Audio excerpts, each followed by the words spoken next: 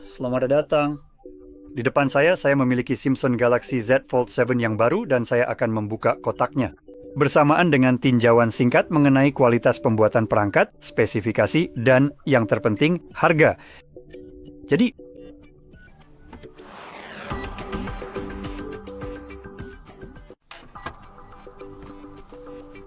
mari kita bahas sekarang.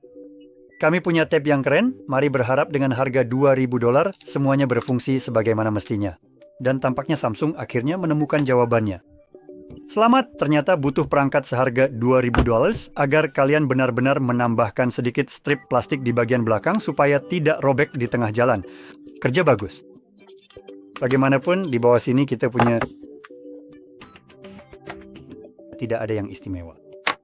Ini masih Samsung, jangan bohongi diri sendiri. Jadi kita dapat dokumen.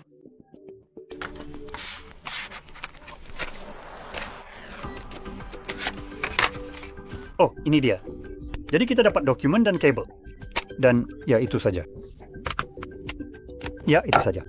Tentu saja jika kita tidak menghitung telepon. Nah, disinilah kita mendapatkan perangkatnya sendiri, yang bagus dan tipis. Dan kemudian perangkatnya, kotaknya sendiri sangat tebal tanpa alasan, karena tidak ada apapun di bawahnya. Jadi, ia dibuat lebih besar tanpa alasan apapun, selain agar terlihat lebih besar daripada ukuran sebenarnya. Seperti ada... Oh, kurang dari setengah kedalaman kotak ini yang digunakan saat ini. Luar biasa. Bagaimanapun... Oke, itu seperti terjatuh begitu saja. Keren, keren, keren. Ada sesuatu di belakang? Tidak, kami memilikinya di sini.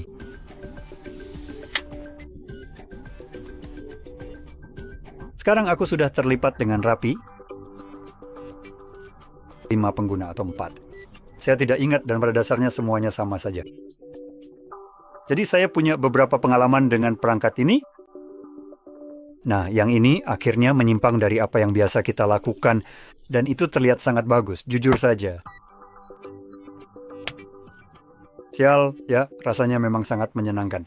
Bagus harga $27, saya tidak akan bilang begitu, tapi ini memang perangkat yang bagus. Engselnya terasa seperti ada peningkatan. Hampir tertutup saat kamu mulai membukanya. Rasanya seperti ada pegas yang mendorong keluar sehingga jauh lebih mudah. Jadi, seperti yang bisa kamu lihat di sini, seperti ini saja.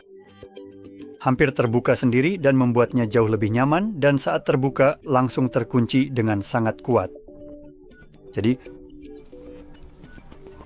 itu menyenangkan. Sekarang, salah satu perubahan terbesar di sini adalah ketebalan perangkatnya. Kamu bisa lihat kalau ini benar-benar tipis. Hampir saja cukup untuk port USB-C buat pengisian daya. Dan bahkan jika kita bandingkan dengan misalnya ponsel terkecil dari Samsung S25, kamu bisa lihat betapa tipisnya itu.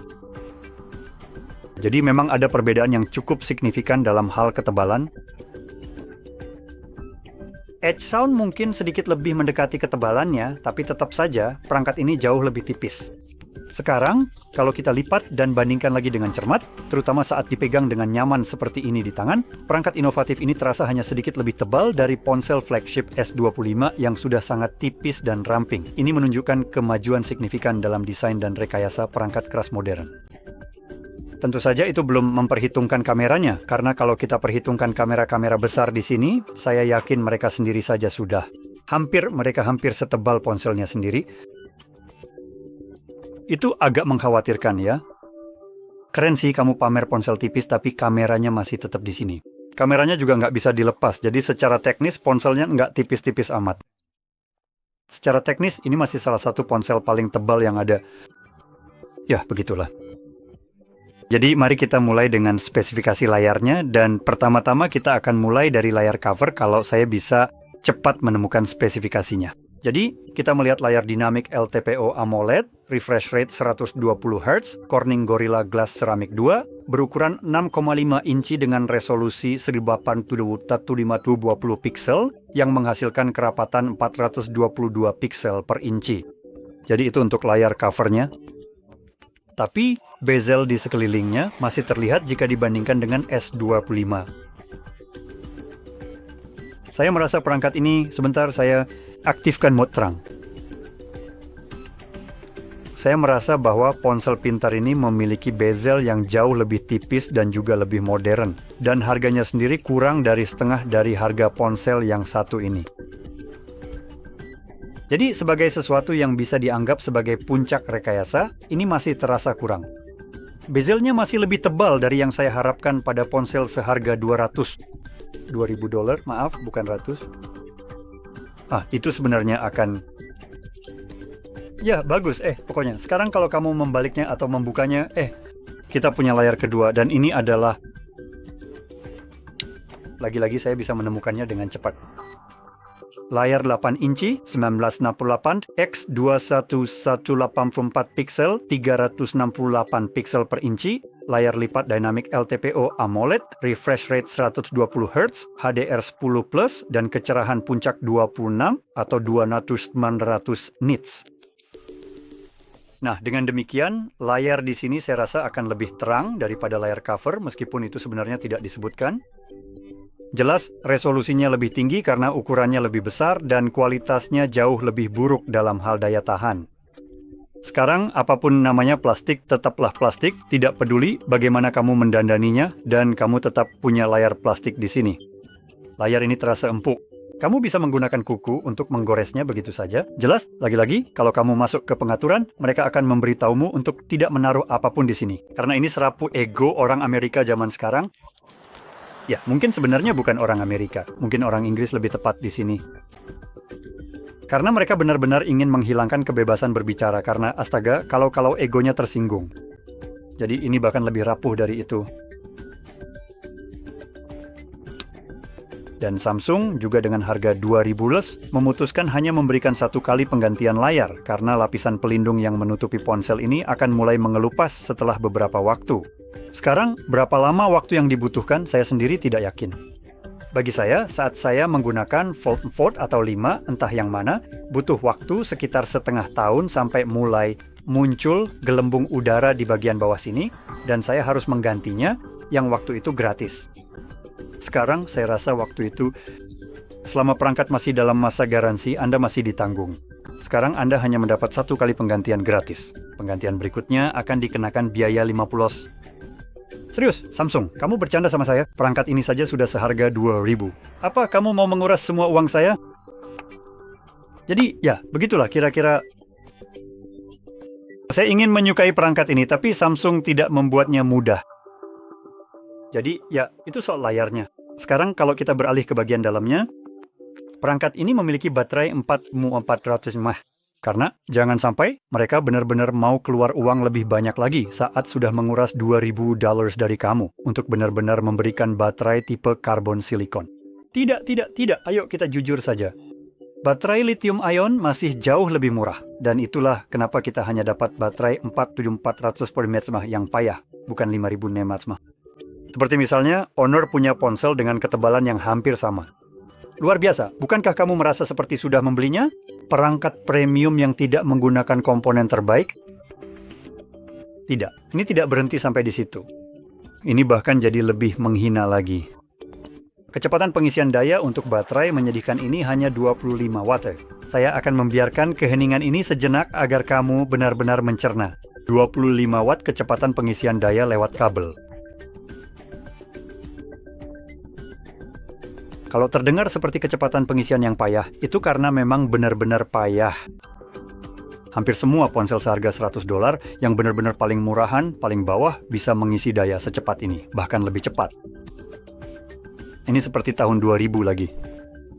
Sekarang memang ada pengisian daya nirkabel, tapi kalau kamu berharap pengisiannya bakal lebih cepat, misalnya seperti di OnePlus, tidak, pikirkan lagi, tetap saja hanya 15 watt. Jadi kecepatan pengisian daya di sini memang seperti yang terus dilakukan Samsung untuk menghina kita. Ini benar-benar menghina. Sekarang setidaknya prosesornya di sini adalah fitur yang menonjol, yaitu Snapdragon 8 Elite. Nah, itu memang fitur yang menonjol karena itu yang terbaik yang bisa mereka pasang. Tapi, wah, kalau mereka memutuskan untuk memasang Exynos di perangkat seharga $2000, saya bahkan mungkin berharap mereka bisa bangkrut sedikit lebih cepat karena itu akan menjadi pilihan yang benar-benar menghina.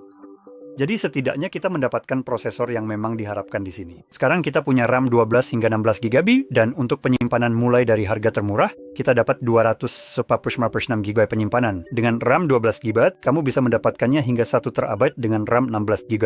Tapi jangan khawatir, itu bukan $2.000, kemungkinan harganya sekitar 2.500. Saya belum cek dan sejujurnya saya juga tidak mau.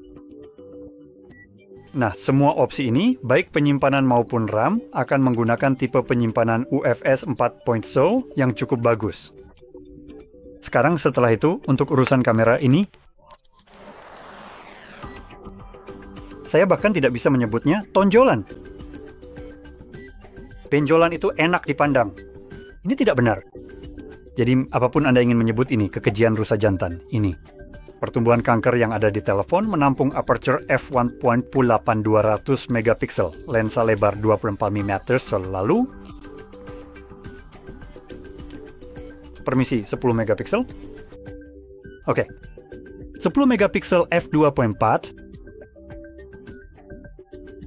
Telefoto 60 cm dan kamera menakjubkan lainnya, lensa ultra lebar 12 megapiksel f2.2, 120 derajat. Bagus.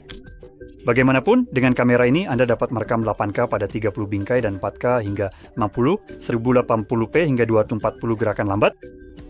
Dan jika Anda memutuskan untuk menurunkannya lebih rendah lagi, 720 memberi Anda 960 bingkai per detik, lagi-lagi gerakan lambat. Itu juga mendukung HDR 10 bit dan HDR10+. Lalu kita mendapat penurunan kualitas lagi dengan harga yang lebih mahal. Sebenarnya ada 2 penurunan kualitas yang bahkan belum saya bahas. Jadi mari kita mulai dengan melanjutkan pembahasan tentang kameranya. Di sini kita punya lagi kamera 10 megapiksel f2.2. Saya rasa ini adalah yang lebar. Meski begitu saya bisa saja salah. Jadi yang satu akan menjadi sensor lebar dan yang satu lagi, yang ini akan menjadi ultra lebar, yang lainnya 10 megapiksel. Lagi 4K naik 10, 1080, 60. Dan seperti yang Anda lihat, kita dapat melihat kamera di sini. Jadi itulah penurunan pertama yang dapat kita bicarakan, yakni tidak adanya lagi kamera di bawah layar.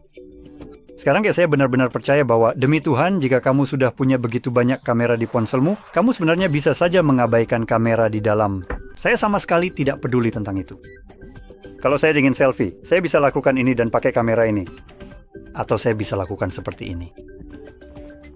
Saya setidaknya untuk sekarang, tapi kalau ponselnya sudah diatur, kamu sebenarnya bisa menggunakan ponsel ini. Atau layar ini untuk menggunakan kamera-kamera tersebut. Jadi, dengan pemikiran itu, kamera ini benar-benar cuma gimmick belaka. Tidak ada fungsi nyata dari kamera ini. Jadi saya sangat senang karena kameranya ada di bawah layar, setidaknya saya bisa menikmati tampilan layar penuh tanpa halangan di sini. Sekarang saya ingin menyoroti pada iterasi sebelumnya. Alih-alih memperbaiki hal ini, Samsung malah memutuskan untuk terus memberikan hal yang sama selama 3 generasi, menurut saya. Kalau tidak lebih. Yaitu kamera di bawah layar yang sama sekali tidak mengalami peningkatan. Saya juga sempat menggunakan ZTE, bukan Red Magic, tapi Nubia Z70 Ultra. Itu adalah ponsel yang juga punya kamera di bawah layar dan itu bukan ponsel lipat. Dan kamera di bawah layar pada ponsel itu jauh lebih baik dengan harga yang jauh lebih murah. Sementara piksel-piksel di area ini justru bekerja dan terlihat jauh lebih baik di Samsung. Saat saya menggunakan Fold yang saya punya, piksel-piksel itu terlihat jelas. Mereka benar-benar seperti ditaburkan di sana.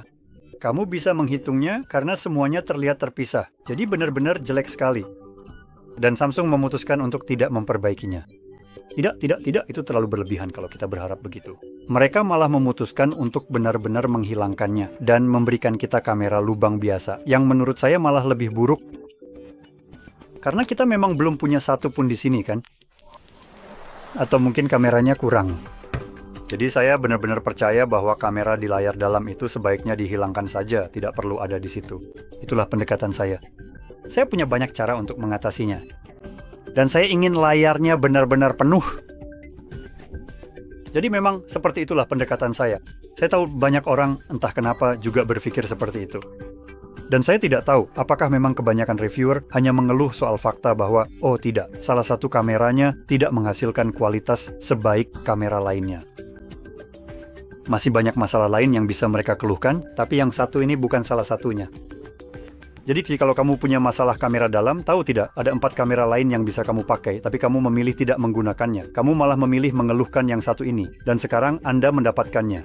Anda juga membuat lubang pada layar bagian dalam. Luar biasa. Itu sarkasme bagi orang yang tidak mengerti. Itu tidak mengagumkan. Jadi, itu salah satu penurunan di sini. Dan sementara kita berbicara tentang penurunan tampilan di dalam, hal lainnya adalah digitizer. Astaga, itu menjijikan. Jadi, lipatan sebelumnya dapat digunakan dengan pena. Sekarang saya ingin menekankan, meskipun Anda bisa menggunakan pena dengannya, Anda tidak bisa menggunakan sembarang pena. Tidak. Sekali lagi, Samsung ingin menguras uang Anda. Kalau Anda tidak mengeluarkan banyak uang, mereka tidak peduli. Anda tidak dapat menggunakan fitur itu. Jadi jika Anda memutuskan untuk mengeluarkan pena, baik dari tablet yang mereka jual atau dari catatan yang mereka jual bersamanya, ini, bukan yang ini. Yang ini bahkan tidak dapat mendeteksi apapun. Saat ini, perangkat tersebut yang ada hingga generasi terakhir akan tahu bahwa Anda mencoba menggunakan pena. Mereka akan tahu pena apa yang Anda gunakan, tetapi mereka akan menolak untuk bekerja. Jadi, ada banyak masalah menurut saya yang dialami Samsung dengan perangkat mereka, mengingat harganya yang naik, kualitasnya menurun, atau fitur lebih tepatnya. Dan di sini kita kehilangan 2 fitur bagus, setidaknya bagi saya. Kemampuan untuk menggunakan pena dengan salah satu dari sedikit perangkat yang benar-benar berfungsi seperti buku catatan, Anda dapat membukanya dan sekarang Anda tidak dapat menggunakan pena lagi. Tidak masalah jika Anda membelinya secara terpisah atau tidak, itu tidak mendukungnya sama sekali. Jadi itu satu hal. Itu adalah jenis penurunan yang mutlak di sini. Dan